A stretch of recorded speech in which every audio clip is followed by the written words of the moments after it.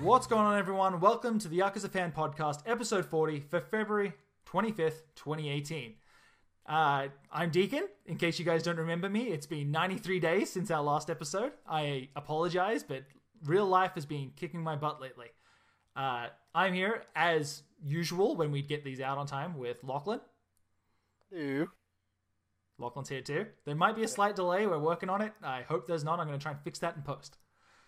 So Lachlan, in these last 93 days, how have you been? I've been alright. Yeah? Yeah. Anything major or life-changing happening? No, not really. Slowly running out of money. Yeah. You and me both, brother. Oh boy. I've been working so much freaking overtime these last couple of weeks, and even then I'm still not ahead. Oh. If anyone wants to hire me for something, I'm here. I'll do whatever you want. Yeah, I'll suck your dick. Oh man, trust me, man. I understand. There's been the non-stop stress in my life too, next to my ex. But let's not go there. Yeah. So it's been a little bit. Why don't we jump into Yakuza news? There's been a whole bunch of it since we last spoke. Oh, so much Yakuza. Oh yeah. There's just been so much. So why don't I jump right into it here? So, before we get going here, Lachlan, anything else to add? Anything you want to get out there? No. I figure we just go into the Yakuza news. Okay. Okay, so let's start with the easy ones. So, first of all, PlayStation Now, finally, for whatever reason, has Yakuza 4 and 5 available to play. So that's Sony's subscription-based game service that streams games. You can now play Yakuza 4 and 5. For me, I think this is actually a really good idea because Yakuza games are a little bit more slow-paced. It does take a little bit of time to work on the dodging. And on my shitty internet connection, it doesn't actually work. But for anyone that's living near a big hub, it's it's pretty nice to have them on there. And there is a 7-day free trial, so you can try it out and see whether it's actually going to work for you. Now, I live in Australia. Yeah. When can I expect PlayStation Now to roll out in my territory? Oh, so I don't even know how many territories it's actually in right now. I'm pretty sure it's just the US, maybe Europe, North America, I should say. I don't know. It's always a crapshoot with PlayStation Now. I don't know what the hell those guys are doing over there. Yeah, if anyone's out there and they've got PlayStation Now, or if they get the trial of PlayStation Now and can beat either 4 or 5, within that trial period, let me know. I want to know whether it can be done. Yeah. I mentioned on Twitter, if you just stop doing your day job, I think you can probably pull it off. Well, what's the speedrun times on Yakuza? I don't know. Why would you ask me that? Yeah. I'm sorry, Yakuza fan. Yeah, I don't know if I've ever seen a Yakuza game speedrun. The Yakuza games are those games that you just, you take slow and you soak it in. I think the world record for Yakuza 1 is I think 2 hours and 30 minutes, I think. How long's that movie? Skipping all the cutscenes. You could probably beat it in that time. Yeah, maybe. I don't know. Go check those out if you've got PlayStation Now. Let me know if it actually streams well. I've got no idea. It's interesting that Yakuza 3 has it's not available digital. It's not available on PlayStation Now. Yakuza 3 is just in that same territory as 1 and 2, and I don't know why that is. My only guess is that there's some weird tie-in that they just can't get the licensing for again. It's too much effort to relicense something in the game. Yeah. I would think it might have something to do with the weird cuts, but I don't know. It's very strange. Maybe they just don't want to reopen that can of worms. Yeah. What is interesting, I was watching the Sam and I'm going to lose it here.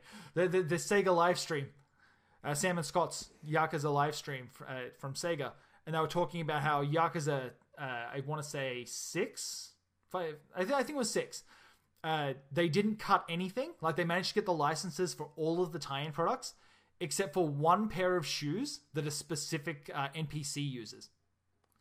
And they didn't mention which, what the brand was. They're not allowed to officially say, but the only cut that got made from Yakuza 6, besides the music, which sucks, is a pair of shoes. Like the only tie-in cut that got cut was a pair of shoes.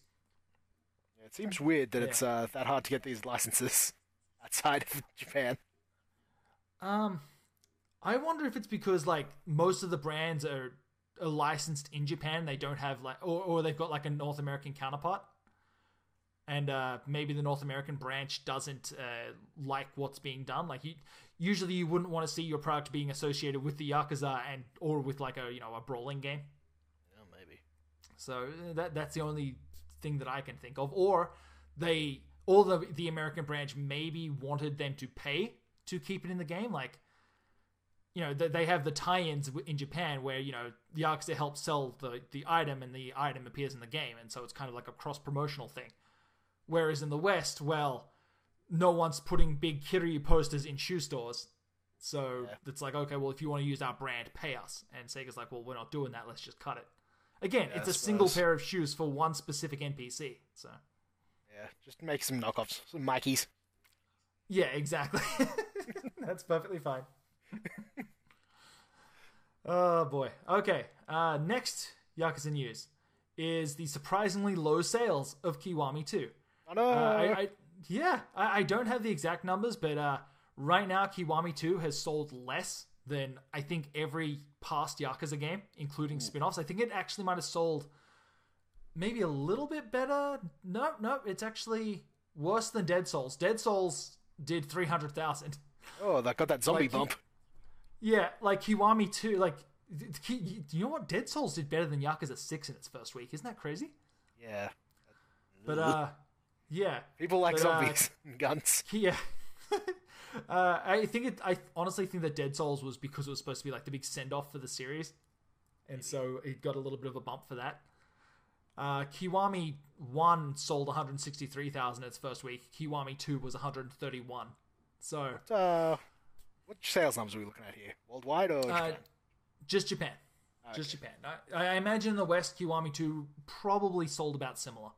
Like, I can't see a lot of people picking up Kiwami 2. Kiwami 1, there wasn't like a huge buzz around it like there was Yakuza 0. Like, Yakuza 0 came out at like the perfect time. Everyone was talking about it. Like, there was a really good social media presence.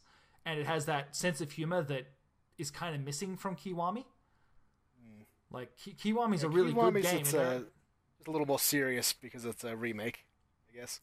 Yeah, exactly. Like, even the things they try to do that are silly aren't as well written, I think. And I don't think that's a problem with the localization. I think that's just they really went all out with how goofy Yakuza 0 was. Oh, everything in 0 is goofy. Oh, yeah, it is. It's the whole thing is the silliest in the series, and it's fantastic. I think the whole thing benefits so much from that. Just goofy writing. But whatever. Kiwami 2 not doing so hot in Japan. Like, it's, as far as I understand it, it's no longer in the top 10 releases, but it's plodding along. But it's a little bit worrying for the future of the series. Like a little, but I mean, I imagine it's just like this is the second remake. Like how many remakes can you do before you just go, I've played these? I suppose, but I mean, Yakuza 2 was only out on the PS2, so I feel like... And the Wii U in Japan, and the PS3 in Japan, wasn't it? Yeah, good point. You make a good point. We did those HD collections. That's very true. I didn't even consider those. I don't know. The one thing I've noticed, like, I'm playing through Yakuza 6 right now for review, and I'm also playing through Kiwami 2. And the thing that I'm noticing the most, like, Kiwami 2, for me, doesn't feel as good as the PlayStation 2 version. Like, I think I enjoyed playing through it on PS2 more than I'm enjoying playing through it on PS4. The jank is maybe a little bit more forgivable.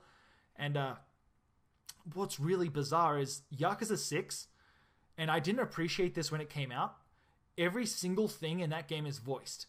Like, every single thing, every sub-story, everything. Like, it'll have the full motion cutscenes, but then it'll go into, the classic Yakuza, just two people standing there looking at each other and just talking. But every single thing is voiced. In Kiwami 2, they didn't have that kind of production value, so it doesn't even have that to go on. Like, it feels like it's a cheaper version of 6, yes, there's more content. I still don't like the clan creator. that is something that I just still do not enjoy. I don't come to the Yakuza series to play a half-baked RTS. Yeah. So. Can't do it to play a half-baked idle management game. Yeah. Oh. So many half-baked mini games. Yeah, but then they've got really good ones too. The fishing minigame in 6 is amazing. Like the fishing minigame in 6, I want to go to like an actual arcade and play that. It's really good. The baseball one as well is really good. It's just that RTS, I don't like it. Yeah, they should have just put in Total War. They should have just taken that series and gone, yeah, this is Total War Yakuza now. Oh, dude, that would be so good. Like the clan creator stuff, you use so many generic guys and everyone just looks the same on everyone's team, and it just like everyone feels like a unit. Like even the baseball minigame, all of your players look different. Like they pull from like, a random pool of character faces. Whereas like if all your heavy guys look exactly the same, all your gunners look exactly the same. And I understand why from an RTS perspective, but it just feels cheap. Feels a little cheap. Yeah. And it's the same with Kiwami too. It just feels cheap. Like the game already feels cheap, and this just kind of adds to it, I guess. I don't know. Is there a clan creator in 6 and Kiwami too? Yeah. Oh, okay. In Yakuza 6, you have like the Kiryu clan creator, and in Kiwami 2, you have the Majima construction, where you have to like build up the Majima family in order to like take on rival development companies. It's so stupid. Like the premise is good. I just wish that it was done better. Like I would rather have like Wasn't a Muso the clan style. Yeah, like if Muso like, Yakuza would be great, right? How good would that? Like just using the Dragon Engine and just instead of an RTS thing, you just this clan is like invading the city, and you have to go around to different points on the map to fight off like waves of enemies, and then like a general to like all, and that's the mission. And if it was set up like that, like a Muso game in Kamurocho, I think I would have more fun with that. Like I don't like RTS, so and I don't like Muso games, and I would still prefer a Muso game. Oh, now I just want a Muso game where Majima wears like a samurai helmet. Oh, that would be amazing. I'd be down for that. Oh boy. Anyways, I was also while we're on that topic of the Kiwami remake, I want that Wii U HD collection ported to Switch. Same here. I would give anything for the HD collection on Switch. That is one of the best, like the absolute like best HD ports, because they didn't just upscale it; they went back and added a bunch of features. Like nothing like groundbreaking, but like besides the increased loading times and the hard drive installation shit like that, they also added like checklist completion lists. Yeah, that'd be good. So like when you go to restaurants, you can like mark off what you've eaten before, like just a few little quality of life improvements for games that are at this point like 12 years old, something like that. Yeah. Oh man, have those portable. Great. That would be so good. Oh man, I would give anything for a Yakuza game on the Switch. Like especially the HD collection. Oh god, that would be so good. Man, let's work on that, Sega. Yeah. It really should be. Like, just why not? It would take nothing. Yeah. Well, it would take the translation, but still. Yeah. No, honestly, I would. If it came out on Switch, I'd probably import it. Yeah. At this point, you've already played through that story at least 3 times.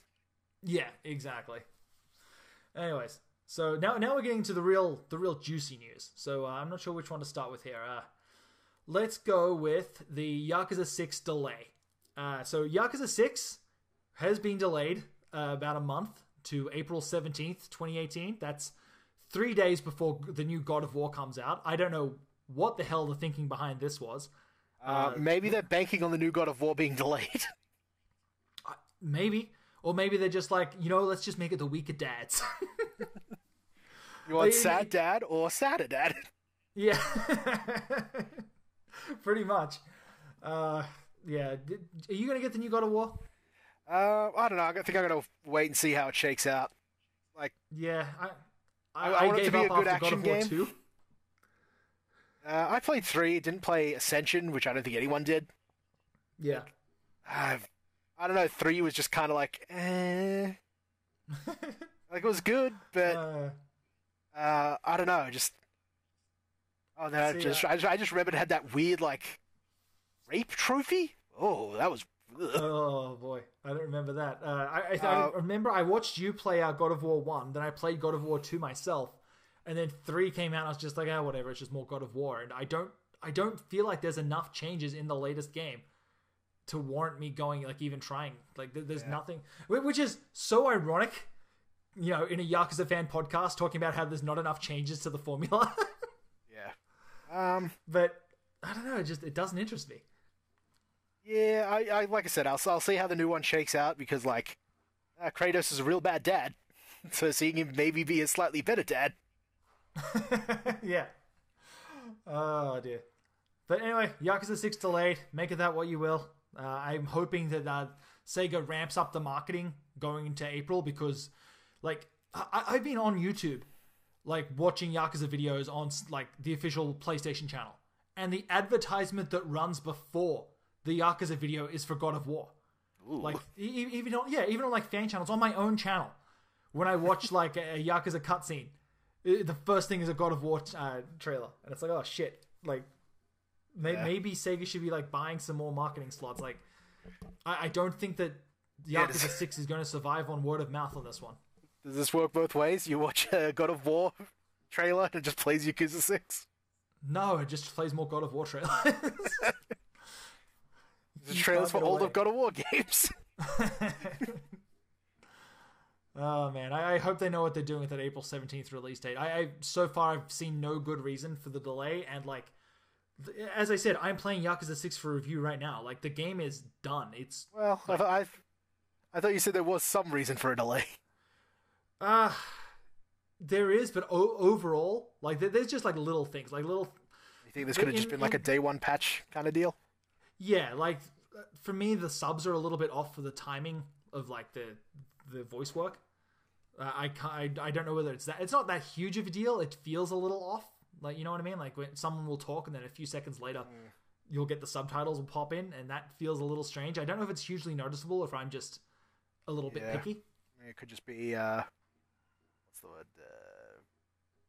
Just a little quality of life stuff. Yeah, I feel like someone will start a sentence and only like 3/4 of the way through the sentence will the subtitles pop up, but then they'll still end before the sentence, like as the sentence finishes. So you don't have enough time to read them in some cases. Like this isn't all the time, and if you're a fast enough reader, it's probably not an issue. But I don't know, it feels off, and which is really strange. And I don't know whether that was like that in the original Yakuza 6, but again, this is just out of all of the problems that I have with Yakuza 6, this is the most nitpicky. What's the embargo on this review copy? I can talk about right now. I can make videos up to Onomichi. Post arriving in Onomichi, though, it's a no-go until I can't remember what date. Okay, so you're okay to talk about subtitle issues. Yeah. This is all fine. Like if I was streaming it, you'd be able to see this, but my internet sucks so bad that that I can't even do that. Yeah, the quality is so bad you wouldn't be able to read the subtitles. So win-win. Yeah, exactly. But I'm going to be doing some more recording later on today. Just showing off what the game is like, showing you what the new theme song is, things like that. So you're saying stay tuned to Yakuza Fan for more Yakuza 6 videos? Pretty much, yeah. Speaking of which, there is the demo for Yakuza 6 is coming out February 27th. That's like this Tuesday. So if anyone's hankering to play through the opening, like 2 hours of Yakuza 6, there's a demo right there. I'm pretty sure it's exactly the same as the Japanese one, so it's like the first chapter of the game up to like you finding Akiyama. It's really not very long at all, but it's a good chunk. Like you get to do a couple of side quests. I want to say all of the mini games I think are unlocked. It's been a couple of years now since I've played the Japanese demo. Oh, is that the one where he wears a big puffy jacket? No. See, that was the beta. Oh, okay. Yeah, that was the beta of the Dragon Engine that only came out with copies of Kiwami. Yeah, so that, as far as I know, was never translated into English. This one is just the opening few hours of the game. And it's really not much. Like, after you do a couple of sub-stories, like, if I recall, the live chat's in there, the Club Sega stuff's in there, the cat cafe is in there, so you can go and find some cats around Kamurocho. The ghosts are in there. So if you want to run around and like take pictures of ghosts with your Xperia Play smartphone, you're good to go. But other than that, anyway. Now, is that live chat the one that just has actual footage of Yes. Sexy girls? Yes. Now, again, I don't know whether this is going to be as feature rich as the Japanese demo. We'll see. Like, Sega have very much been shying away from that side of it, like showing the cam girl stuff. That for some reason they just won't show it. Oh yeah, it's just wacky cats. Don't worry about it. Yeah. From what I've seen, though, like I've seen a little bit of gameplay of it. It's all intact. They've really tried to make the live chat goofy. Like it's the silliest version of live chatting with cam girls. And I'm okay with that. I think it works really well. Like in the original, there was like a lot of like emojis and like Japanese slang that really doesn't translate. So have fun with it. Whatever. Woo, woo, woo, woo, woo, woo, woo. That kind of stuff. Yes, exactly like that kind of stuff. Yeah. So now there's like all sorts of like weird shit. And it's still so much fun to see Kiryu like 2-finger typing. Yeah, I feel like he's not old enough to be 2-finger typing. What do you mean he's not old enough to be 2-finger typing? How should he be typing? I don't know. He was like 20 in the 1980s. They had typewriters and word processors. Yeah, but when was he ever using them? He was a standover man. When the hell was he supposed to be like using like typewriters or PCs? He was in prison for fucking 20 years. He ran a what's it called? A business, land business. Real estate business? Yeah, real estate. He didn't run it. He would just he made the purchases. And bought things and assigned people to districts. Yeah, he was good at purchasing decisions. He wasn't very good at anything else. Like there's actually a sub-story. It's one of the best sub-stories in Yakuza 0 where you have to write letters into an ad campaign. He writes actual letters. He doesn't type it. Why? He wore glasses that one time. Yeah, that was great. Look, everyone is in agreement that Glasses Kiryu is the best Kiryu. Yeah, like, Glasses Kiryu reminds me of when, like, Onizuka and Ryuji would, like, dress up in their, like, fancy outfits. Like, pretend to be suave boys instead of, young punks. Anyways. So, yeah, Yakuza 6 demo hitting up February 27th. Check that out. The final piece of Yakuza news, which is only, I guess, kind of Yakuza news, is that the Hokuto Gotoku demo is now out on the Japanese PlayStation Store and the Hong Kong store. I haven't got a chance to play it yet. I have downloaded it, and that is all I've done. I have not had a chance to sit down and touch it. I am dying to jump in there. That's probably another video I'm going to try and get done today, is just first initial impressions of Hokuto Gotoku. Go back to the wasteland. Yeah, I'm looking forward to it. Like, I've never been like a huge fan of Hokuto no Ken, but you know what? I say that, but I'm pretty sure I've read all the manga. Like, shouts out Manga Fox for still being the best source of manga on the internet. Oh, I don't know. I had to go to Manga Stream to read the latest chapter of Berserk. It wasn't available on Manga Fox. So. Oh no! What are you doing? You got to get that right from the source. You go right to the Subbers website. Oh. So yeah, go to the PlayStation Store, the Japanese store, grab the Hokuto Gotoku demo. Let me know what it's like in the comments. I want to know your first experience, whether you think it holds up. Yeah, it's a good month for Yakuza content. I'm pretty happy. Yeah. Okay. You know what? I was wrong. There is actually one more piece of news. So, coming up on March 17th. Sorry, I said that wrong. March 17th, 2018, the Yakuza Essence of Art exhibit is happening at Gallery Nucleus in LA. Now, for those of you who don't know what that is, it is a celebration of Yakuza. Like they are going all out with this like art gallery where they've got, first of all, everything that's in the art books, they've got those like printed up and available on display in the gallery. They also have the original documents of like the concept documents of Kiryu's tattoos. They're going to be on display. Like a whole bunch of concept art that's never been seen before is going to be on display. Not only that, you can buy prints of some of the artwork. They haven't told you which ones yet, but some of the artwork they're going to be selling prints of at the show. So if you want a copy of, some of this amazing like concept art, detailed tattoo work, stuff like that, you're going to be able to pick that up at the show. Here's the real question. Can you get a tattoo while you're there? In that traditional Yakuza style? Small print pics that take months to do. Probably not, but let me go down the list of who's going to be at the show. Now, of course, all the Sega boys are going to be there. They're going to try and live stream it, but they've said that the internet there isn't the best, so who knows? Yeah, they're coming out of their Sega Gaga monster hole. Yeah. Here's what's going to be at the show, okay? So there's 30 pieces of art, which has been, between concept art and official art. There's going to be exclusive shirts, like Yakuza 6 shirts. You're going to be able to buy those there. The big life-size Kamurocho gate that they made for E3 is going to be there. So if you want to, get some photo ops underneath the Kamurocho arches, there you go.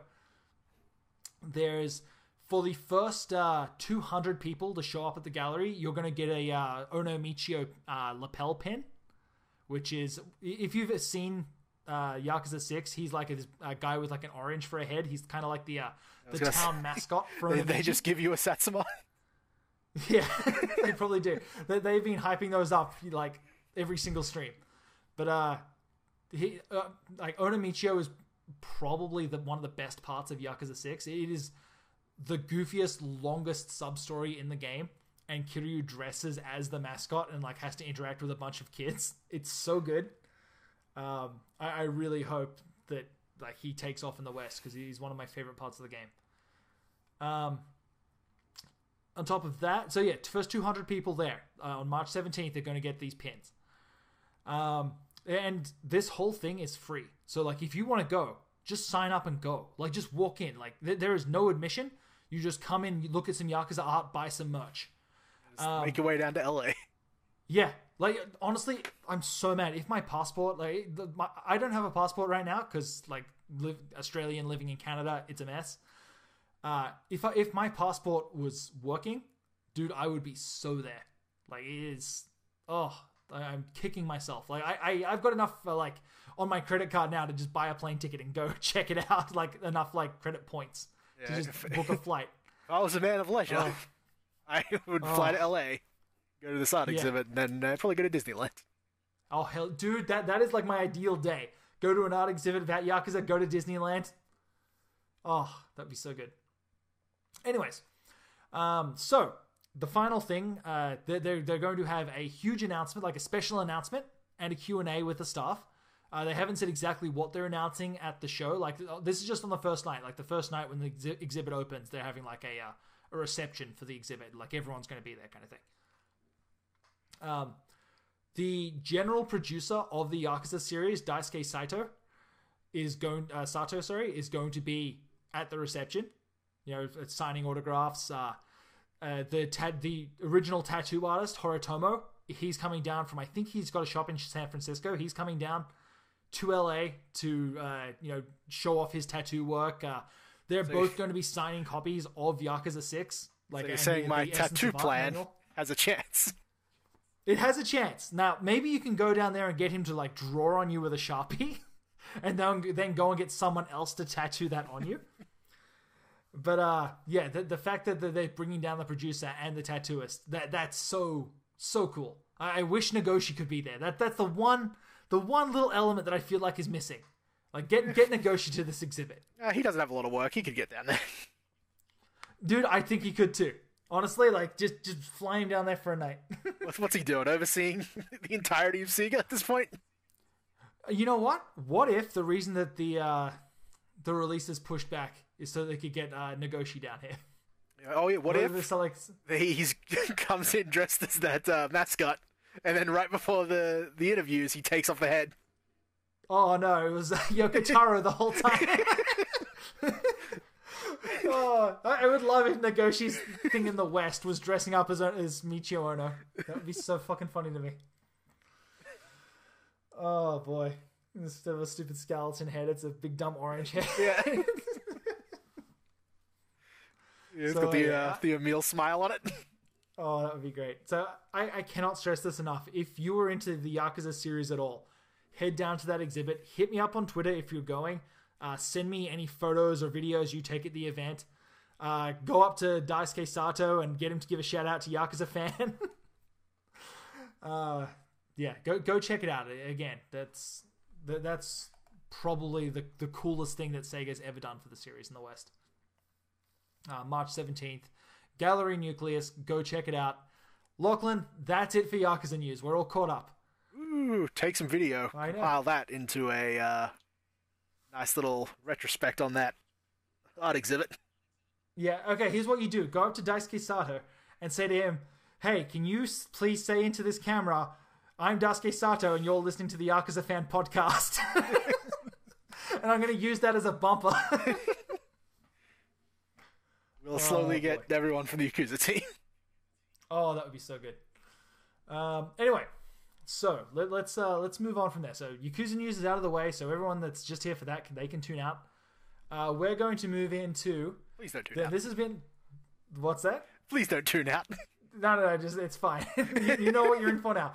We are moving into something that I wanted to do in January, but just, again, kept putting it off and putting it off. So here we are now. I want to talk about our favorite games of 2017. And I know this is 2 months late, but whatever. We're still going to do it. How do you want to do this, Lachlan? Do you want to go back and forth? And if we mention a game that's on each other's list, we just mark it off? Or do you want me to just go? Let's go back and forth. Okay. So I'm gonna start off with my game of the year last year, which unfortunately for everyone here wasn't a Yakuza title. We had 3 Yakuza titles released last year.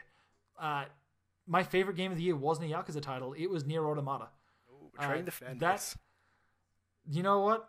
There was just something about that game. Like, Yakuza games come out pretty reliably now every year, and like there's not a lot that's different. Nier Automata does so much weird shit, and I didn't expect that we would get any more Yoko Taro games after the travesty that was Drakengard 3. Like that is just a bad game. And then Nier Automata comes out of nowhere, developed by Platinum, written by Yoko Taro, with like one of the best soundtracks. Like, I'm not like talking of last year. I'm talking like one of the best soundtracks in video games ever.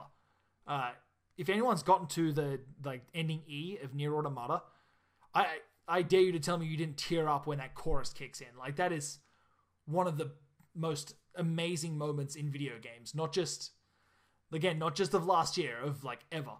Like, oh man, I cannot champion Nier Automata enough. What a fantastic video game. So, yep, my game of the year 2017. Lachlan, what about you? As someone who hasn't seen the various plays and spin-offs that happened between Nier and Nier Automata, would you suggest playing it? Yes, it is almost completely standalone. Like, there are lots of nods to other things in the series, but it's ambiguous enough to where it's like you don't need to really know what happened. Like, there are some cool stuff for people who are in the know and like who have read the extended universe stuff, but realistically, you don't need to know. The cool part about Nier is what it does to subvert your expectations in gameplay. Like, after you beat the first ending, like ending A, and then you go back for ending E, and it's like a completely different game. And then you go back again for ending C, and it's like the game is a sequel to itself. Like, A and B could be one game, and then you beat them, and you're like, oh man, that was really good. And then Route C starts, and you're like, holy shit, this is like a completely different video game. I did not expect this. And then every ending is just as good as the previous one. Like, everything wraps up so well every single time. And it's like full of such moral impact. Oh my god. I'm getting flustered over here. It's so good. Nier Automata, go check it out. Lachlan, I demand you play it. I've got it sitting there. It's somewhere near the top of my pile. Yeah, I still got to finish the. I still got to go back and get that speedrun achievement for the first Nier. Nah, no one needs to do that. I erased Nier from history during that, so. Yeah, my favorite save thing file is is you can't going into those the names. Yeah, That's so going good. into the wind. The ether, yeah. Yeah. Oh man, and then they had that secret book ending that brings Nier back and retcons a bunch of the game. Oh boy, Weird. What a bizarre series. it's so good. I could honestly if you guys want to know more, tune into the Nier Fan podcast. That's where I've been the last 2 months. I honestly, I could have a podcast. Honestly, what I want to do is get on the Mr. Clamps podcast and just talk Nier for an hour. That's my goal for 2018 is just to talk shit with Mr. Clamps about Nier.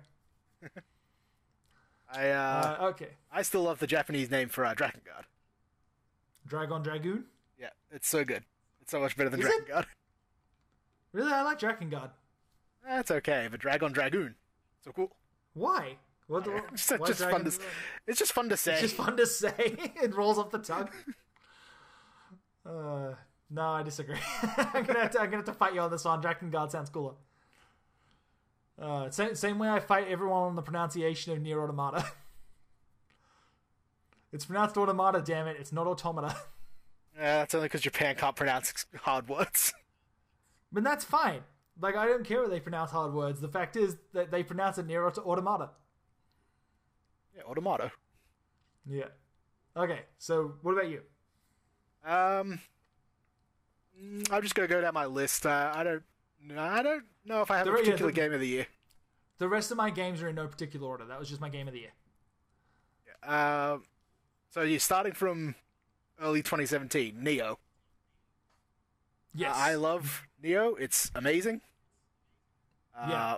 It is one of the best. It was one of my biggest surprises. It's probably the best Dark Souls-alike game that's come out. Yeah. I agree with that. I love its weird Japanese history, meeting yokai stuff. Mm-hmm. So many different weapons and styles of play. Yeah, I'd agree with that.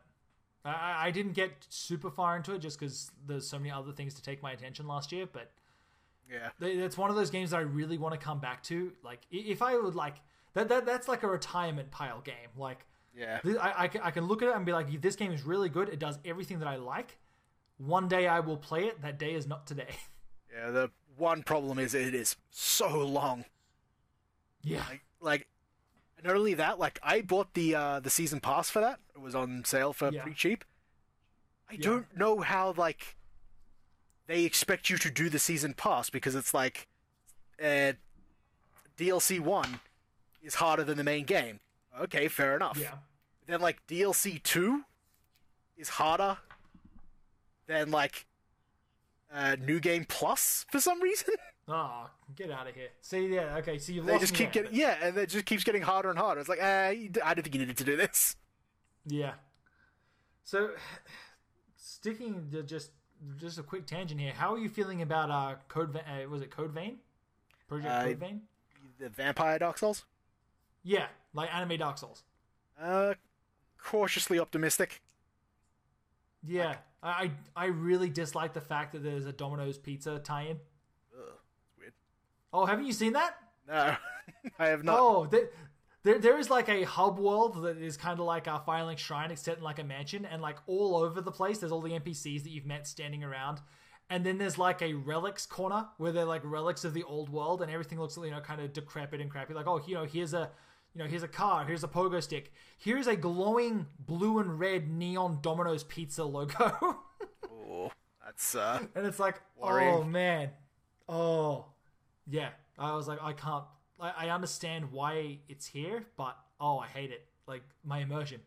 Yeah, I don't know. It looks okay. I want to see more how it plays. I like anime. I like dumb vampires.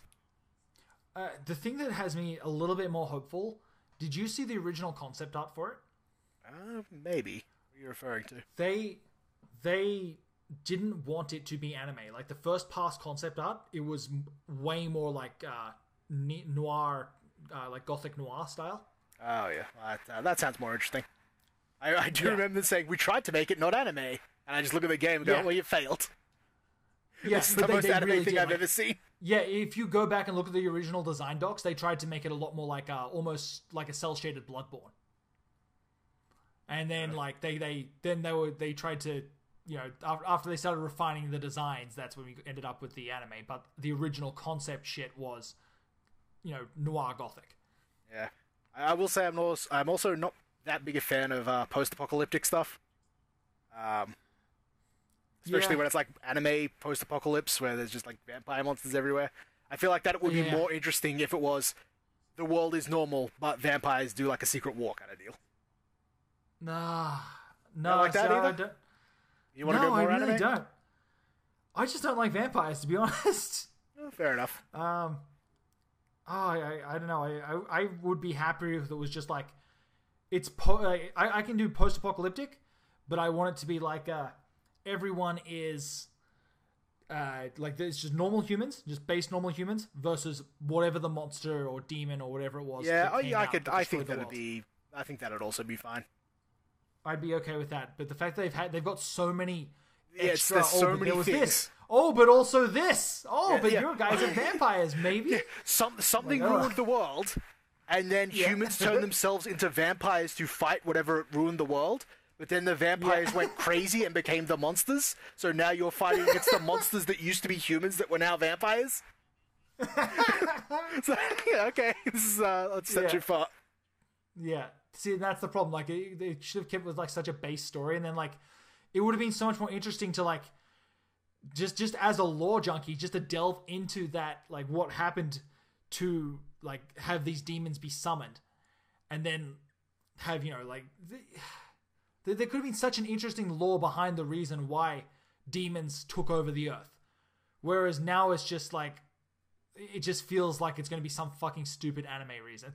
Yeah, I will also say like it feels like the original Darksiders, and I did like that sort of like after the apocalypse where you could still see like cars and like skyscrapers and stuff, but just, you know, apocalypsed. Yeah.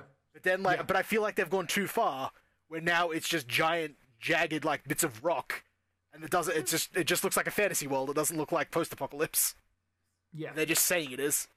Yeah, I think the best post-apocalypse was probably, was it Odyssey to the West? Enslaved? What the hell's the name? Enslaved, yeah. Enslaved had one of the best post-apocalyptic, like, settings. Too bad that story couldn't hold up. Yeah, everyone loves that game for its story, but man, that fell apart at the end. Oh, it's so bad. Like, I didn't mind it the whole way through, and then you hit that ending, and it's like, oh, ugh, no. Oh no, I was immediately turned off by how awful the characters are, and then that dumb twist at the end just sealed it as, oh, this is bad. Nah, I didn't mind it. I went in it with like an open mind, like, oh, this is going to be kind of fun. But as soon as you hit that ending, I was like, oh no, this is just nothing. Like, this is so stupid, and I don't disagree with the main villain's ideals. The problem is, he didn't, like, his ideals were dumb. You don't want to live in paradise? I'll kill you then. What? Well, just leave him be. Yeah. Why are you into killing and enslaving people? If I recall, the problem was that people were trying to free the people who were living in paradise. And so, that wasn't a part of it. Well, whatever then.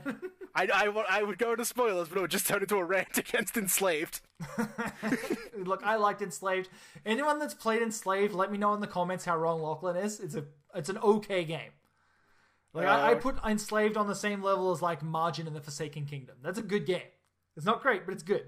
I just want something with cool monkey. Give me more things based on Journey to the West with a cool monkey. Yeah, well, we did just get Dragon Ball FighterZ. Drawing tails on Saiyans is too hard, so they just don't have tails anymore. Don't worry about it. No. My understanding was the reason for that was that you can only achieve a Super Saiyan if you had your tail removed. Nah, that was never the thing. Sure? Yep. I'm pretty sure that's in Super. I'm gonna go look that up. No, it's the S cells. Yeah, but I thought the S cells only activated once the tail was removed. Nah. Well, Bardock turned Super Saiyan and he's got a tail, so... Yeah, but that was because he got so jacked. And, like, imagine if he didn't have a tail. Well, it used to be the tail was double Super Saiyan power. That's the only reason Goku could go Super Saiyan 4. But that's non-canon GT stuff now. Yeah. No, it turns out all you need to go Super Saiyan is you focus your power into the center of your back, and that just does it, so... That's all they had to do. If Goku had just done that once, yeah, it was just tingling in the center of the back. Jesus Christ! Oh, they made Super Saiyans worthless. Dragon Ball Z episode, yeah. They reset the power levels with Ultra Instinct, or God level. Even that didn't do anything. They completely forgot that they can't sense God Ki. Okay. We need to move on. I know. So far we're 2 games down. All right, what's your next game? Okay, my next game is Night in the Woods. I really love that game. I played through it with my daughter. That was like we played it like every night for like a week. We did it like kind of like a storybook thing where we'd snuggle in bed. We'd put Night in the Woods on, and then I just kind of like read it out, do the character voices, and just kind of play through it. When it's towards the end, when all the weird stuff starts happening, it got a little bit spooky, and it was just, but it's that perfect level of spook that I really think that kids like almost Goosebumps-esque. Like, it never went too far. There was a point in the story where it was like, oh shit, is the main character gonna die? Because like the way that game ramps up, it's like, oh shit, like she could like actually die at the end of this. I don't know what's going to happen, and I had to go like check it to see whether like it was going to be okay to keep playing it. Yeah.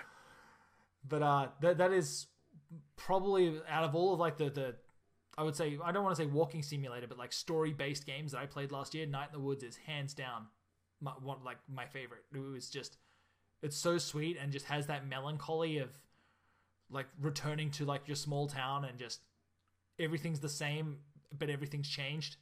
The town's slowly dying because there's no jobs. Like, it's just... Yeah, that's that sort of main theme of coming back from college and not knowing what to do with your rest of your life. Oh, that's hitting a little too close. Oh, yeah. That I definitely remember that, too. Like, oh, man. Like I graduated from my college in, like, computer sciences and then went and got a job for a year in the oil patch. Like, I know how to like change packing on an oil head. I know how to align a horse's head, and again computer sciences.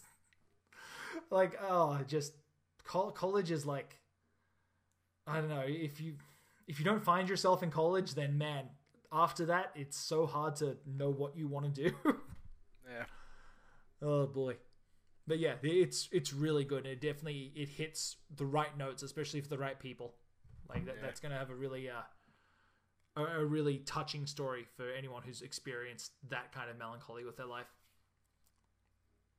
Okay, you got another one? Yeah, the opposite end of the spectrum, Berserk and the Band of the Hawk. Oh, yeah, Muso, kill. Yeah. You gotta beat that Griffith. Yeah, nothing matters. Kill them all. Oh, man. I played a Zod, I beat up a bunch of guys. I went into that endless eclipse. Oh man! So is the Berserk Muso game the best Muso game? Oh god, no. Okay, is it the best Berserk game? I still have to give that to Guts' Rage. The Dreamcast one? Yeah, Guts Rage. That goddamn, that game is so good. I wonder if I still have that over here. No, I think my shitty ex took that. That damn sucks. it! I'm gonna have to go buy another copy of Berserk. It's funny because the games so far have just been leaning closer and closer to Musou games. Like, the first one is this like kind of story-driven hack and slash, and then the second one is just like, here's an endless number of enemies, but we're still gonna have a weird little story thing and QTE quick time events, QTEs. Yeah, and then this is just just a Musou game. Play through the Golden Age. It sucks so bad because like, the Golden Age part of that game is fantastic. It is... Really? It's... Well, because it's the Golden Age. It's you're in Griffith's army, as playing as pretty much Guts or maybe Casca sometimes. Okay. and then you get to play through the battle scenarios that happen in there, and then between those battles, hey, we're just going to show clips from the anime movies, the Blu-ray ones, or like the HD movies. They just wholesale steal footage from that and just go, here you go. Yeah. As soon as you get to the end of the Golden Age, we don't have any more footage. Guts just ran around killing ghosts, I guess. So, Berserk, Band of the Hawk, pretty good game from what I understand. It's alright. It goes further than any other Berserk game, just I guess based on release dates. So you get all the way to the boat, and then nothing after, because that's we've barely gotten off the boat in manga time. Yeah. So that's true. No, well, to be fair, when they're on the boat, like, they're not just on a boat. Like, there are a bunch of stops on the way that they do. Like, it turns into One Piece for, like, a few, like, 10 years. Yeah, well, they go to, like, one island and then fight a Cthulhu, but, yeah, they fought some ghost pirates at one point, I thought. They were just regular pirates, and then they turned into Cthulhu pirates, so... Okay. I remember having, being, weird comic relief pirates. Yeah, they were. Like, they were still sentient after becoming zombies, so... Yeah, but like I said, I remember them being comedy pirates. Like, I remember reading it and being like, wow, you guys are the pirates from Asterix all of a sudden. Like, Guts is showing up and sinking your boat again. Man, that's gonna be a weird reference for anyone that isn't familiar with Asterix. Shouts out if you get that. I still think the best Musou game that I've played so far is still Hyrule Warriors. Oh, okay. If you haven't played it, it's coming out on the Switch. So see, I don't give two shits about Zelda. The only Musou game that I kind of want to check out is fuck me, either one of the One Piece ones looks interesting, or oh god, what one was it? Oh no, my brain is slipping on this. I had it pictured in my mind's eye. Gundam? No, the one that was like all of the Toei. No, all the Toei characters. Oh, I don't even remember this one. Yeah, they took all of their was it Toei? I can't remember. It was one that they did where they took all of their main characters. You thinking of the All-Star one? Yes, All-Stars. That's the one. With William from Neo? Yes. Yeah. That's the one. That's the one to me looks the most interesting. Even though I hear it's the worst, just because it doesn't take itself seriously at all. Like, it just knows that it's a fucking stupid game. Yeah. So, I don't know. That one is the most interesting to me. I've got the Fist of the North Star one sitting here. I can't bring myself to start it. Well, maybe you'll get a new appreciation for Fist of the North Star after Hokuto go Gotoku. We'll see. Again, I've read all of the Fist of the North Star manga. I struggle to care. I don't know why. Whatever. Yeah. So, on to my next one here. Yep. And this is probably one that's on your list, and that is Mario Odyssey. Yeah, great game. Yeah, that is definitely one of the best games. There's nothing really more to say about it, but I was shocked at how much I enjoyed playing that. I did. Was genuinely surprised that I did not get bored of collecting moons. Yeah, it is still. I just did the main story and then I had to move on to something else. But every time I pick up my Switch, I'm like, oh man, I really I feel like I want to get back in there and collect some more moons. It's so much fun and it's so packed full of shit to do. And oh man, what a good video game. Is it better than Mario 64? Yeah, that's a tough one. I can't tell if I like Mario 64 with the nostalgia. I don't know. I love Mario 64. I don't know, because I'm sure it's still a good game, but the nostalgia could be saying to me it's better than Odyssey. I don't know. It's really hard because this is going to sound blasphemous. I think that Banjo-Kazooie is better than Mario Odyssey, but I think that Mario 64 is better than Banjo-Kazooie. So does that mean Mario 64 is better than Odyssey? Well, I think Odyssey is better than Kazooie. See, I don't know. I don't. I like Banjo-Kazooie, but I'm gonna have to give it to Mario Odyssey. Fair enough. To each their own. But that doesn't like take away from the game at all, it is one of the best games of the last year. Okay, Lachlan. Breath of the Wild. I just started playing that recently. Yeah. It's fantastic. I really like it. Do you think it deserves all those 10 out of 10s? No. Really? I am a massive Zelda fan. Yeah. It's either top or second of my favorite series. Wow. Yeah, and it's missing a lot of stuff in Breath of the Wild where you just go, couldn't you have just put some stuff in? Like, I really like the game, and it's great fun to just like run around this open world and find stuff. But then it's like, well, what am I finding? More shrines, more Korok seeds. That's it. But I mean, if you know that's the gameplay loop, though, then maybe that's not an issue. Yeah, I get, and just the fact that like all the dungeons is like there's 4 dungeons, but unlike Majora's Mask, unlike Majora's Mask where there's 4 dungeons, but they're all supremely themed really well. Yeah, they're basically the same. Like, this one has electricity, but it looks almost identical to the other ones. Oh, see, that's such a shame. Yeah, I don't know. That is on my to-do list. That game. I'm not a huge Zelda fan, but yeah, but it's like it's also like in Breath of the Wild, it's just like, hey, there's this giant robot. That's going to be the dungeon, clearly. Yeah. Whereas there was a part where I climbed a mountain and got to like this beautiful lake with a waterfall, and it's like, if this was like Zelda 1, like it's clearly patterned after, I'd like blow a flute and there'd be a dungeon under this lake. Like, that would be so much cooler to me. Yeah. You're like, hey, this flute you got from like a side quest or something, like, just play it at this waterfall and there's a proper dungeon. That's the kind of stuff I wanted to see, and it's just disappointing that it's not there. Yeah, I'd agree with that. So, what do you like better, Mario Odyssey or Zelda? It's a tough one. Really? Yeah. Like, but that could just be because I like Zelda so much. Yeah, that's true. I know. But Mario Odyssey felt like it had more content.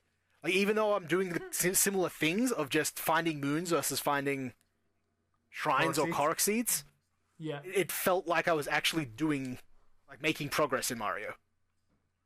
Okay. And then it also helps that, like, I know Mario's formula at this point, and that game was going to end with some big celebration or massively hard level, like the last 4 Mario games have. Yeah.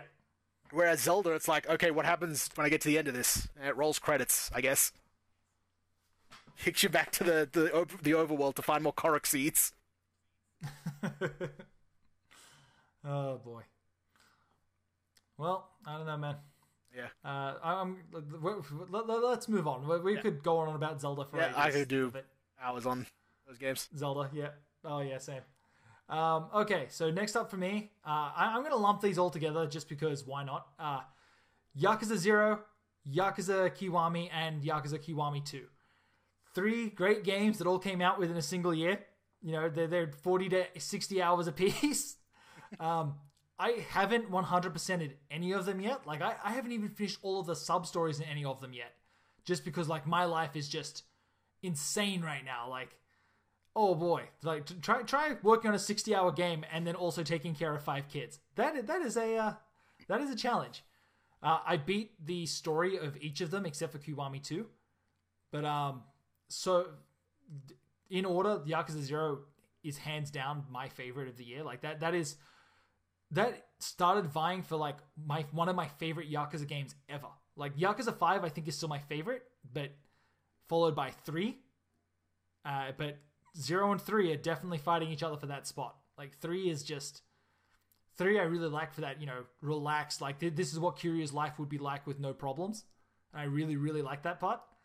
And then it goes into 0, which is his young, brash Kiryu who doesn't give a shit. Like, he's got no responsibilities and he's just trying to find himself in this crazy underground, like, Yakuza world. There's so many things to like about all of those games, and like that's why I can't separate them. For me, whenever I say that all the games blend together, for me, this is why, because I'm playing them all so close to each other. Like, oh man. And then, like, again, I've got those 3 there to play, and then I've got Yakuza 6 sitting there. So my days are just filled with Yakuza games to play. And it's not a bad problem to have, but I feel like I can't devote enough time to either of them. Yeah. Kiryu's life.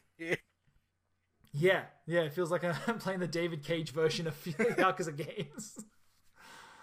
But they're all so good, man. Like, Yakuza 0 has probably the best writing out of all of them. Kiwami 2 doesn't feel as polished as Yakuza 6, which is saying something, because Yakuza 6 felt like a bit of a mess.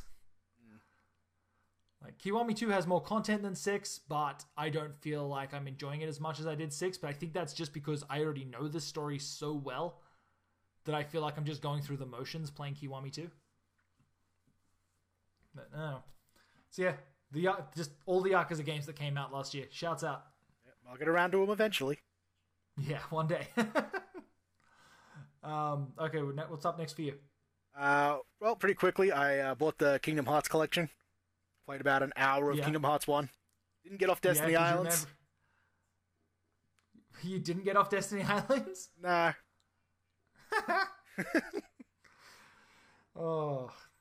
That's one of those series that I really want to go back to, but I just haven't built up the courage to do it yet. It's on my to-do list. Yeah. I want to try and get them done before 3 comes out. Yeah. Just trying to plow through that whole collection, but it's rough. Yeah, that's... I'll probably purchase that closer to 3's release date, like if it's ever coming. But, Yeah. I don't know. Those games are so long, and I find them so mind-numbing. Like, I feel like there's so much bullshit that I just don't want to go through.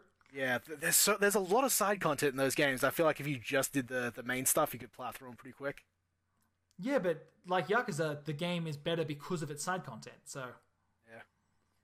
Yeah, I don't know. Oh. Okay, up next for me, Persona 5. Didn't beat it. I got about...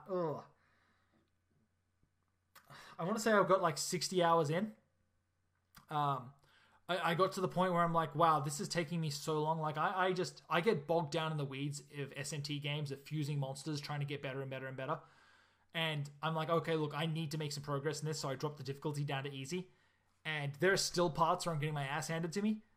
So, again, that's on my to-do list. I don't know when I'm going to get that one complete. I really, really love Persona games, but I don't know whether it's just because it's not portable, or every time I think about sitting down to play it, I'm like, wow, if I'm going to do this, I need to devote hours to this. Like, I need to sit around sit down with a 3-hour block just to make some form of progress. Yeah, that's I was a little intimidated to start Persona 5. Yeah, like it's a fucking amazing game, but it's just if there was ever a time sink, it's Persona 5. Yeah, I find JRPGs real hard to plow through. Yeah, like again, I made it 60 hours before I had to call it quits. Like I tried, man, but like that is like an 80 to 100 hour game. Like just the main plot is 80 to 100 hours. Like, it's insane. Okay, what's up? Another game I played for about an hour, Prey. Remember Prey? Yeah, I do remember Prey. Oh, it had those mimics. You get mimic powers. I downloaded the demo and then never touched it. Yeah, that's pretty close. Like I said, I played about what was in the demo in the main game. Yeah. And then I think I got kind of bored and moved on to something else. But I got it for cheap, and it came with a mug, so... Yeah, whatever. Can't complain with that, I guess. Okay, up next for me is Splatoon 2. That is a game that I didn't expect to like as much as the original Splatoon, but I think I like it more. I wish it was easier to post art online, like to you know how when you walk around in Gopolis, you can... There's no Miiverse no more? No, there's no Miiverse, so it like relies on like posting it to like social media. Yeah. But I don't know, it doesn't feel as good. So whatever. Yeah, that's one of those ones where like had I not bought the original Splatoon, I'd probably get it. I feel like I already played that game, and I don't have the money to spend on a very, very similar game. It was prequel. it sounds similar, but there's so much more to do. Like the different what's it called? The horde mode that it has, the salmon run, is so much fun. Like there's like, it is probably the best horde mode I have ever played in a video game, like ever. Yeah, it's also mostly online, so I feel like I can skip it without missing that much. I'm not super online. There is a way better story mode in Splatoon 2. Oh well, like, way better. Yeah. Like I said, maybe if it ever goes cheap, check it out. But that's my 5-year-old daughter, and she is like, I want to say she's ranked 10. I think she might be higher ranked than me, and like she's so good at it. Again, she's 5. She's getting friend requests from people in the game who want to buddy up and play more Splatoon with her. And I'm like, oh wow. She's got Splatoon fever. Yeah, like Splatoon 2 is still one of the best games on the Switch. Anyway, Lachlan. Yeah, Tekken 7. Really? Well, I mean, I played it last year. It came out last year. Yeah. Was it good? I really enjoyed it. I kind of want to play more, but it's not exactly my fighting game of choice. Okay. I mean, this is just games that I that you played? Yeah, pretty much. Okay. That's fair. In terms of fighting games, like I like it. Yeah. I got that platinum trophy. That was fun. Okay. Well. Okay. Wow. So, out of all the fighting, why don't you go down the list of all the fighting games you've played? Then we'll call this Lachlan's fighting game block. Well, for what, things I played last year, or just fighting games in general? Just things you played last year. I think it was Tekken 7. I think I played Mortal Kombat X last year. Okay. I was a little behind on that. I finished that story mode. That was fun. Yeah. I don't know. I tried that Marvel vs. Capcom demo. I was not impressed. Yeah, me too. That game sucked. Just so, the game is better, but that demo was just like, ugh. It just sucks because I loved Marvel vs. Capcom 2 and 3. Yeah, I loved. I want to say 2 on the Dreamcast. Like that was my second favorite fighting game on the Dreamcast. And it's like, sorry, third favorite fighting game. It was it was Soul Calibur, Oingo Boingo. Oingo Boingo is not a fighting game. Power Stone. Oingo Boingo is not a fighting game. Marvel vs. Capcom 2. Oingo Boingo is the best fighting game. Yeah, I'm so torn because I love Marvel vs. Capcom 2's unlock system, where by playing the game you get points, then you spend those points to unlock characters and colors and stuff. Yeah. But whenever I play a new fighting game, I don't want to spend 40 hours unlocking characters. Yeah, fuck that. I'm so torn on sucks. it.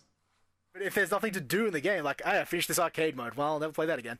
Like, I played, I don't know if you know, I played Soul Calibur 5. That game sucks.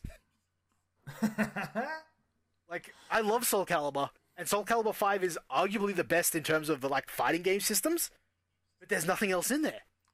It's a 2-hour story mode that involves, like, 4 characters. 2 of them are just, like, Sophidia clones that you don't care about. I'm honestly thinking about setting up my Dreamcast after this and playing through Soul Calibur 1 again. That game is so goddamn good. Oh, and they used to have so much content that has the whole Blade Master mode. Yeah. Oh, dude, it's so good. Okay. So I'm gonna move on now. Yeah, move on. Tekken 7's good. Okay. It has. I think we need to like. I'm not even halfway through my list here, so I think I'm gonna need to like. Maybe it would be better if I just like blast through. All right. My remaining games here. Okay. Yeah. So I'll go down the list. I'll give you like a quick thought. If you have anything to interject. Okay. All right. Okay. So Sonic Mania. Fantastic game. Beat the Sonic storyline. Haven't played the Knuckles one yet. I absolutely love it. Fantastic return to form. It proves to me that Sonic was good. Like, it's not just a nostalgia thing. It actually was a good game series. Sonic Mania proves that. Nidhogg 2. Well, Sonic Mania was also next on my list. So okay, perfect. So, yeah, Sonic Mania. What do you think of it? So good. Hard to call between that and Sonic 3 is the best Sonic games. I think Sonic 3 is still the best one. Sonic 3 and Knuckles specifically. Oh, yeah. But Sonic 3 by itself, not great. Sonic 3 and Knuckles, the best Sonic game. Yeah. But yeah, I want Sonic Mania with a little more original content. I think would have been good. Dude, the part with the Mean Bean Machine, holy shit, I did not see that coming. No, and that's what I mean. Like, that's so good. That's such a good original idea. But yeah, you get to it after you play Chemical Plant. It's like, I played Chemical Plant. Yeah, that's true. Okay, moving on. Nidhogg 2. That is a game that I wrote off because of the art style, and turns out the game is actually amazing. All of the new weapons are fantastic. Like, I have put so many hours into Nidhogg 2 fighting against my kids. Like, it is one of the best, quickest, funnest fighting action games. Like, I cannot recommend Nidhogg 2 enough. If you're turned off by the art style, power through it, because that game is so good. Mario plus Rabbids. My criticism with Mario plus Rabbids as well. Mario plus Rabbids Kingdom Battle. That game is trash, but it's got a soundtrack by Grant Kirkhope. The gameplay is really fun. It doesn't have the same problem that I hate about most RTSs. RTS? Whatever. Where it's not an RTS. It's not real time. No, not RTS. What's the strategy games? I guess turn-based. Yeah, most turn-based strategy games have a problem where I feel like you either don't know what the percentage chance of you hitting the enemy is, or the percentages are always crazy low. Or they fake it and tell you that it's the really high when it's absolutely not. Oh yeah, for sure. Mario plus Rabbids goes the complete opposite direction with that. It's all based on line of sight, and if someone's behind half cover, you have a 50% chance of hitting them. If they're exposed, you have a 100% chance of hitting them. Like, there is no lies, there is no low percentage chances. It's either you're going to hit them or you're not. And it's so good, and every battle is so fast. The boss fights could use a little bit of balancing, but once you realize what the gimmick is, you just restart the mission and go again. It's really good. I really, like, if you're looking for a game for the Switch that is just a little bit more relaxed, but is still oozing with charm, and that's one thing that I cannot stress enough, is there's so much charm. Like, every world looks like a little toy box of the Mushroom Kingdom. Like, it's super adorable. Cannot recommend Mario plus Rabbids enough. Yeah, unfortunately, it has the anti-charm of the Rabbids, so... I agree with that, but you are killing them for the most part, so it's not a huge problem. You also have to make good friends with them, though, so... Yeah, I honestly, I think the weirdest part of the whole game is that Rabbids use, like, our technology, and seeing, like, our world technology appearing in the Mushroom Kingdom breaks my brain a little bit. Like, when someone in the Mushroom Kingdom pulls out a cell phone, it hurts. Anyway. Yeah, they have magic. They don't need cell phones. But, like, the Mushroom Kingdom has, all of its tennis and soccer, and, like, it obviously has modern day aesthetic. It just doesn't have any of the technology of modern day. And when you see weird technology show up, like the guns that Mario uses. Did you play Super Paper Mario, where it turns into a dating sim for 5 seconds? No, I didn't. Thank God. It's so good. There's a part where you are fighting, like, the villain of the chapter or whatever is like a nerd chameleon. He's, classic otaku kind of character. Yeah. And when he sees Princess Peach, the game switches to his point of view, and he goes, oh no, I have to impress this beautiful princess. What do I do? And then you control him as it turns into a dating sim, and you try and impress Princess Peach. Okay, that's pretty good. What's that on? That's on the Wii, so if you can find a copy of Super Paper Mario. Dude, don't be turned off by its... I might have an actual real copy of it here. I did. I played it briefly. I remember the first boss has the... It's like a big robotic dinosaur, and it's like... It has like a loading screen, and it plays the Wii menu loading sound effect, and does like the spinning circle in its eyes that, like, when the Wii first came out. Like, dude, that had lots of great little references. Oh, what a good game. Too bad Paper Mario doesn't exist anymore. Yeah. Okay, I'm going to keep going down my list here. The Lego Ninjago movie video game. Again, played that one with the kids. It's a Lego game. It goes the extra step where it adds a bunch of sick style and combos, and it's all just dumb Legos, but they're all ninjas and they all have really cool combos to use. So it's not just the typical Lego, like 3 punches. It is like you're pulling off like jugglers and fucking all sorts of shit. It's a really good game. Can you play as Sub-Zero and or Scorpion? I didn't unlock them, but you can create your own ninja and you can get it pretty close. Does it have Jackie Chan? A second question. Yes, it does. Oh, okay, well. Yeah. Like, he is actually in it as the voice and also in it as the actor. Yeah, Jackie Chan does that a lot. Yeah, it's great. Like, I'm going to voice this character, but also be in this thing as myself. Yeah. It's really good. Like, the Lego Ninjago movie was one of my surprising, movies of last year. I was like, oh, wow, this is actually really good. Okay, next up, Cuphead. Ooh, forgot about Cuphead. Did that come out last year? I think so, yeah. Yeah, Cuphead. Cuphead, I didn't beat it, but I love every single thing about it, from the music to the design. Like, the art style is just... Every single thing about that game is, my jam. The difficulty is a little too much for me, but I'm not complaining. I really like the difficulty. I'm just really bad at it. Yeah, I forgot that came out. I didn't... I forgot when I was making my list. But, yeah, that's definitely up there. Yeah, sure. That game's so good. I kind of wish you didn't need to finish it to unlock the S rank stuff or whatever that was. Yeah, I'd agree with that. But whatever. Cuphead, amazing. What else? Oh, Taiko Drum Master for the PS4. That is one of the best Taiko games that have ever come out, if you want it to be exactly like an arcade version. It's just bare bones. You can get costumes for your Taikos out of loot boxes. You earn the coins for the loot boxes just by playing through songs and doing challenges, like getting perfects or playing a song for the first time.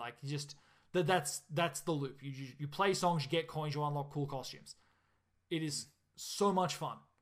If you're into Japanese pop or just music rhythm games, I cannot recommend Taiko enough. It is crazy cheap if you buy it on the PSN. You don't need the physical version. Just get the digital version. Play with the controller.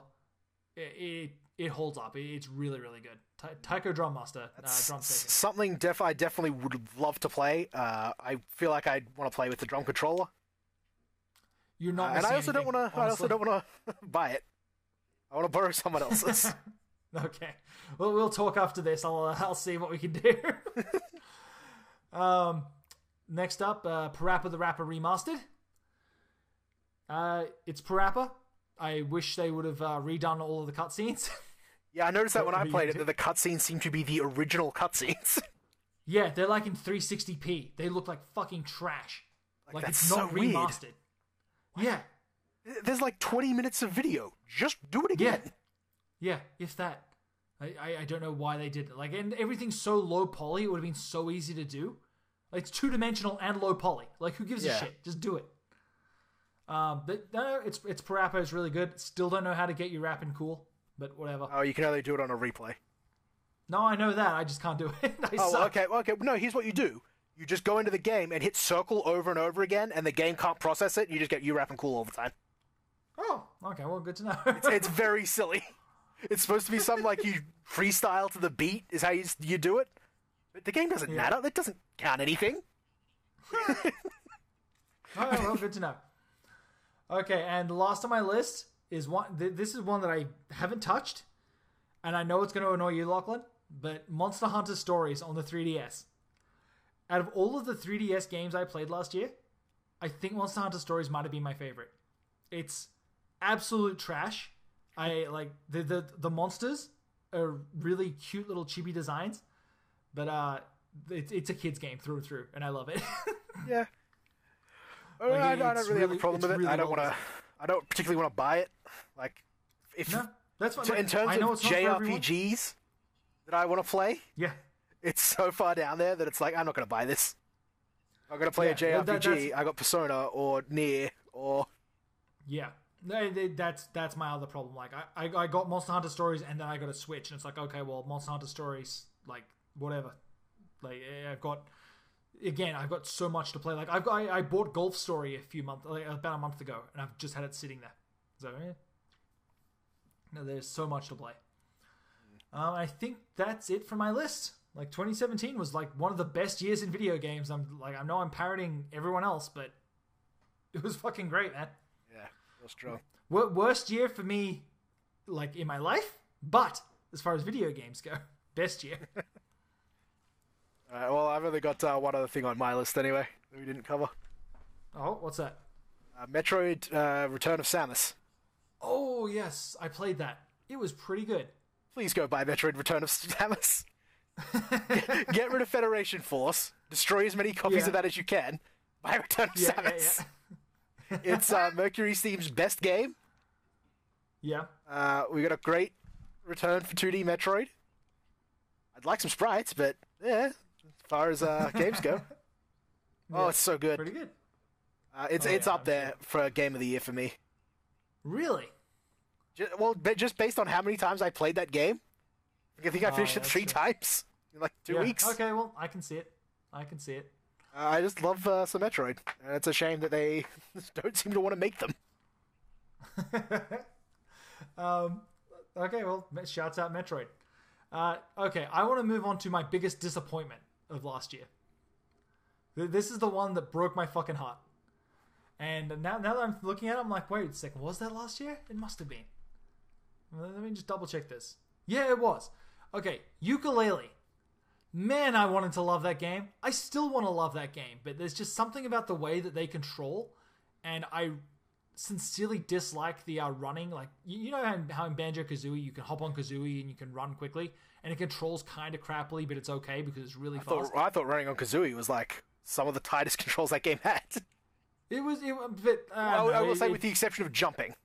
Jumping gets a little screwy when you try it with Kazooie, as opposed to Banjo. Yeah, and I would agree with you. But Yooka-Laylee, like, its controls feel bad to use. Like, as soon as you pick it up, you're like, oh wow, this doesn't feel good. Yeah. And then when you use like the run, basically, Laylee goes on the bottom and then and turns into like a ball, and then Yuka goes on top, and you kind of like roll around. You always automatically go forward whenever you're on top of Laylee, and there's no turning mechanics, and the jump is just useless. Like, it is one of the most annoyingly controlled things I've ever played. Yeah, so Yooka-Laylee, I want to love you so bad. I keep hoping they're going to release a patch that just fixes it, and I really love the world. I love the whole idea, but oh man, it was so disappointing because it was only so disappointing because of how much I was looking forward to it. I had extraordinarily high expectations, and they weren't even close to met. And then Mario Odyssey comes out and blows it out of water in terms of controls. No, then Hat in Time comes out, and that game is surprisingly good. Like, it's no Mario, but it's a game made by like 10 people, and it has better controls than Yooka-Laylee. So very strange. Like, yeah, it's so disappointing that Hat in Time is better. Like, it shouldn't be. It has no right to be as good as it is. My next biggest disappointment is Danganronpa V3. Fuck that. That game sucked. Like, it started off pretty good, and as soon as Chapter 1 was over, I didn't connect with any of the characters. The most interesting character had nothing going on. Like the way Danganronpa works, you hang out with like the other members of your school, and then the more you hang out, the more of their backstory you get. So I'm like, oh wow, I really love these 2 characters. I'm going to hang out with both of them like more than anyone else. Like, I'm going to devote my time in this game to getting all of their story. And so I did that, and their story is fucking nothing. It was just a waste of time. Then they both die, and then the game has one of the shittiest meta endings I've ever seen, to the point where it retcons the previous games in the series and sets up other games that don't exist that seem better than the game that I'm currently playing. Like, I would rather play one of the fantasy games that the game touts than playing V3. Like, it was just, I don't know, man. Everyone loves V3. Like, I've seen it get like 8s, 9s, and like 10s. And I'm like, I would give it a 5. The whole story it felt like it retrod the story of 1 and just didn't do anything interesting with it. Like, even though each of those games like the final chapter goes to like crazy places. Like, holy shit, I can't believe we're doing this. And V3's felt like just such a fuck you to people who love that story. Like, what feels extra shitty is that the game calls out people for not liking the story. Like, its final chapter calls out people who are saying the exact same thing that I'm saying in the game, as if that excuses it. Like, oh, this game is so shitty. Oh, this game has the story is too meta. Danganronpa ruined. But I honestly feel that way. And now the game is making me feel less than because it tanked its own story and then called me out for feeling like the story got tanked. So yeah, that's a weird one. You liked the story before I ruined it, loser. Like, yeah, that's exactly what it feels like, and it feels so shitty. But yeah, that was it. Danganronpa V3, biggest disappointment of last year. Like, to the point where I considered trading in Danganronpa 1 and 2 because I didn't want to replay them. Yeah, now they don't matter in this new canon. Yeah, like you're not even wrong. Like it feels so crappy. Like to feel like that. I feel like the closest thing I could think of is when you get to the Mass Effect 3 ending and you're like, oh no. But imagine the Mass Effect 3 ending called you out on not liking the story. Like, it feels so bad. Whatever. What about you? Any disappointments of last year? None that I can think of off the top of my head. Yeah. Nothing that I... Pretty good year for Lachlan. Yeah, I can't think of any game that I was like hyped to play, and then when I played it, I was like, eh. I feel like a lot of the things I was like, I'm kind of interested in this. It didn't pan out. Yeah. Like For Honor came out, and I played for like the beta of For Honor. I was like, I'm kind of interested in this. Not that interested. Yeah, I feel the same way. For like For Honor is one of those games I'm like, yeah, the beta was actually really good. I like everything going into this, but this is not a game for me. Thank you, sir. Yeah. This was good for a weekend. I'm done. I've had my fill. Okay, so let's look forward into 2018. What is coming out this year that you are looking forward to, Lachlan? I honestly don't know. Huh. Okay, well, at least nothing concrete. Okay, why don't we go down my list and you can jump on board. Okay, Sea of Thieves. That is a game that went from I don't really care about this to wow, I really like this game. I want to get like 4 copies and like start a crew. Like I've got my son into it, Lachlan. I got you into it, and like I think you can agree that game's pretty fucking good.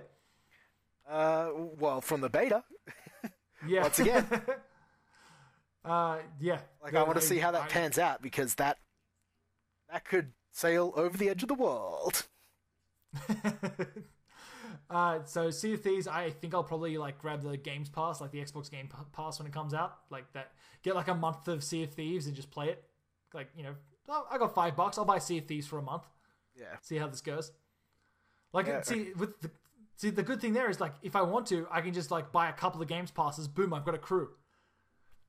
And then we'll play it for about a month, get tired, and then that's the end of that. And, you know, I've only wasted, you know, $15 instead of, you know, $60. However much they want for it. I think it's $60. I think it's a $60 game. That's insane. Oh. Yeah, sorry, it's a $60 game in the States, which means it's like a $70 or $80 game here, and a $120 game in Australia. Yeah, I want to know what else there is to do in that game besides what I did in the beta. Yeah. Hey, can you tell me, like, just on the subject of Xbox, what the fuck else is coming out on Xbox One this year? Like the Crackdown? Like anything maybe? Interesting? Maybe. I don't even have a date on that yet. I said Crackdown was one of my most anticipated games of last year from last year's E3. That's gone. Yeah. Oh, yeah. I honestly don't think we're going to see Crackdown. And if we do, like, I really believe we're going to have another Crackdown 2 situation. But whatever. Okay. This one is one that just came out, but I'm going to throw it on the list. Bayonetta and Bayonetta 3. Those I'm hyped to play those. I got Bayonetta sitting in my Switch, like downloading. Like I'm so hyped to jump into Bayonetta, and then Bayonetta 3. Like I don't know. Those are just the dumbest, funnest action games that I've never played. Like, I'm so excited to jump in. Yeah, if Bayonetta 3 comes out this year, I will be super psyched. I gotta play Bayonetta 2. I got it on the Wii U and just didn't play it for whatever reason. But I love Bayonetta 1. I got every achievement in that game. Okay. I finished it on Non-Stop Infinite Climax. I got the pillow talk. Nice. It was great. That game's fantastic. Yeah, Bayonetta, like, I keep restarting Bayonetta 1, and then I'm like, I beat, like, the first intro part, and then I, like, sit back and I'm like, wow, that was fucking great. And then I never go back, and I don't know why. Like, every so often I'll get the itch to go and play it. Like, the game's not even very long, is it? You've got to get to the Afterburner and the Space Harrier level.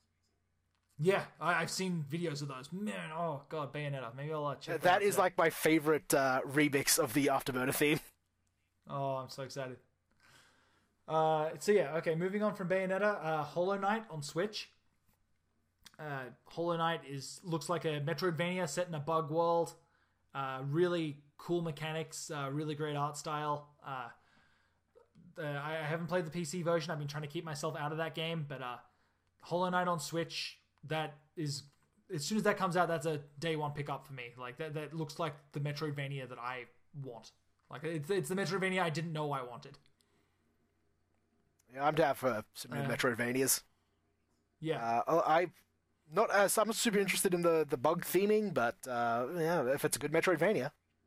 Yeah, fair enough. The bug theming's got me in. Like, I really love bugs. Like, I just give me all kinds of beetles and creepy crawlies. Hell yeah. I'd be more interested in it if it was Kamen Rider style bug themed. Hell yeah, that'd be even better. So you must love the Mushi King in Yakuza. You've got to play as beetle babes. That's some weird strategy game. It's like a rock paper scissors game. Okay. Yeah. Well, unless they're in sick Kamen Rider armor, aren't they just like bugs? Imagine the Kamen Rider bug armor, except instead of the leotard, it's just nothing. Like, it's just their boobs are hanging out. It's really good. Okay, next up, Dark Souls Remastered. I'll definitely be picking that one up day one. I don't know if I'm going to get the Switch version or the PS4 version yet. I really like the idea of having that portable, but at the same time, I want the smooth frame rate, and I want to say the Switch port is being handled by a different development studio, so we'll see how that shakes out. Yeah, I'm also similarly torn on this, because I would like the trophies of the PS4 version. Yeah, I would also like it portably. Yeah, the portably is the one thing that's selling me on the Switch version. Like, if I'm pretty sure it's a reduced price game, so it's only like $50 instead of $80, but that's $50. Yeah. Across, like, that's $100 across both consoles, and I don't know whether I want to pull the trigger on that. Maybe I'll wait for a price reduction on the Switch version. Yeah, sale or something, but yeah. I'm also gonna wait to see what they upgrade.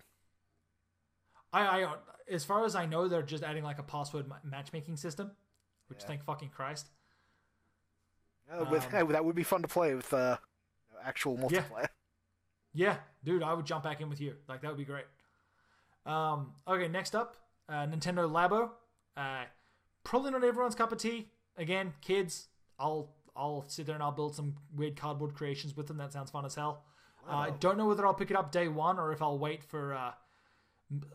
What I'm hoping happens is that third parties start making the cardboard constructor kits, and so I can just like buy those. And I really want to see how it shakes out for me to play, or for me to build, because like I know those cardboard are getting wrecked immediately in my house. Yeah, they're not lasting a week. You gotta find some cabinet to put them in. Oh yeah, like no joke. If those Labo things are in my house, they are not lasting a week. So I want to see what the support for broken cardboard is. Yeah, well, apparently they're giving out like the patents if you buy the game, which is insanely cool. Yeah. I don't think you mean patents. I think you might mean like instructions.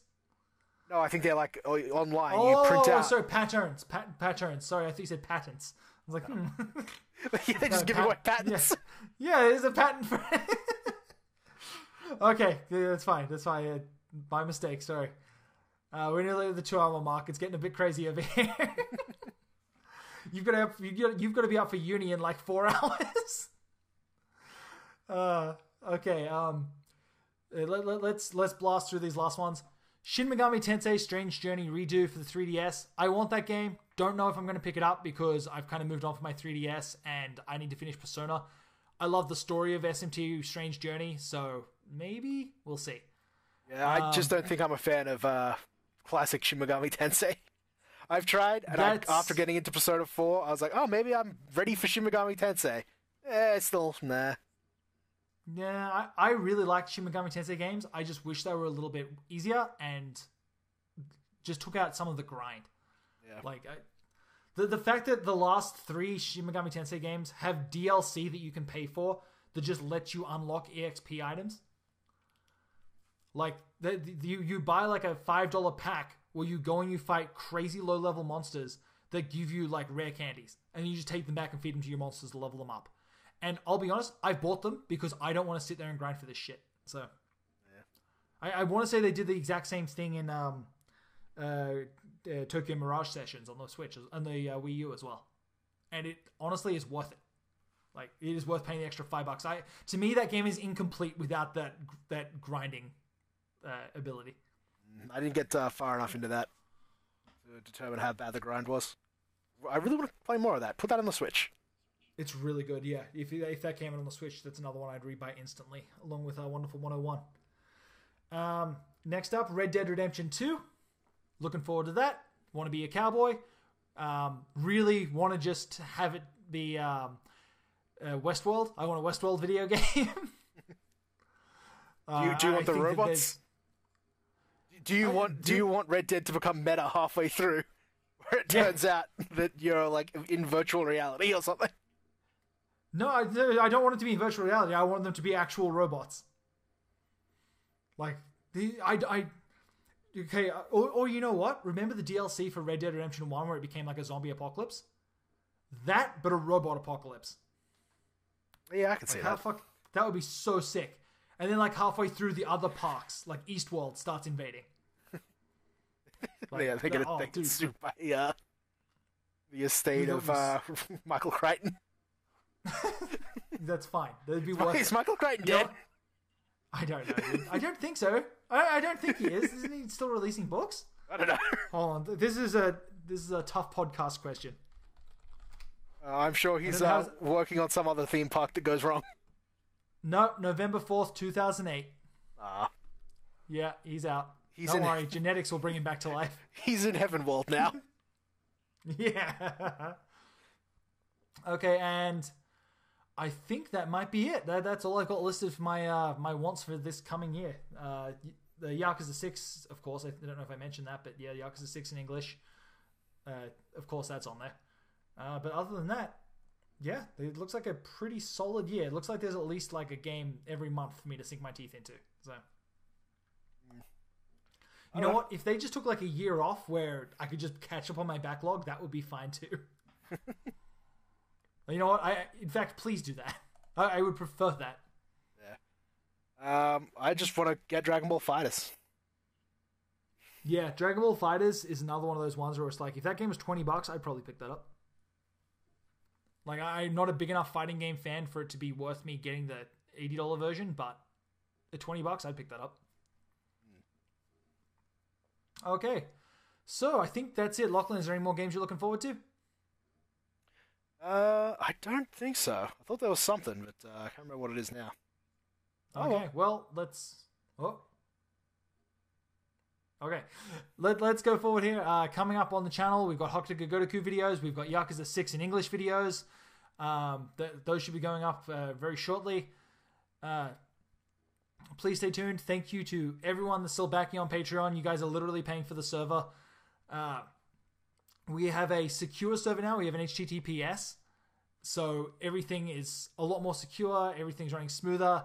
We don't have to deal with like any crazy downtimes or, the site doesn't just crash at the drop of a hat anymore, which is really nice. I'm working on a new shirt design, so hopefully in the next couple of weeks I can put that up. But yeah, stay tuned. Looks like I'm hoping we get back into the swing of things here. I know this was an extra long episode, but thank you guys for sticking with us. Try and force you to do more podcasts. Yes, please. Like if you guys aren't getting podcasts, please like yell at me on Twitter or like send Lachlan to yell at me. Like I like doing these. They're lots of fun. It's just we need to do them. Okay, so anyway, Lachlan, any closing thoughts? Persona dancing games. I like those. Oh, yeah, they come out this year. Yeah, so I want to dance with the cast of 3 and 5. Hell yeah. Have dumb, non-canon storylines.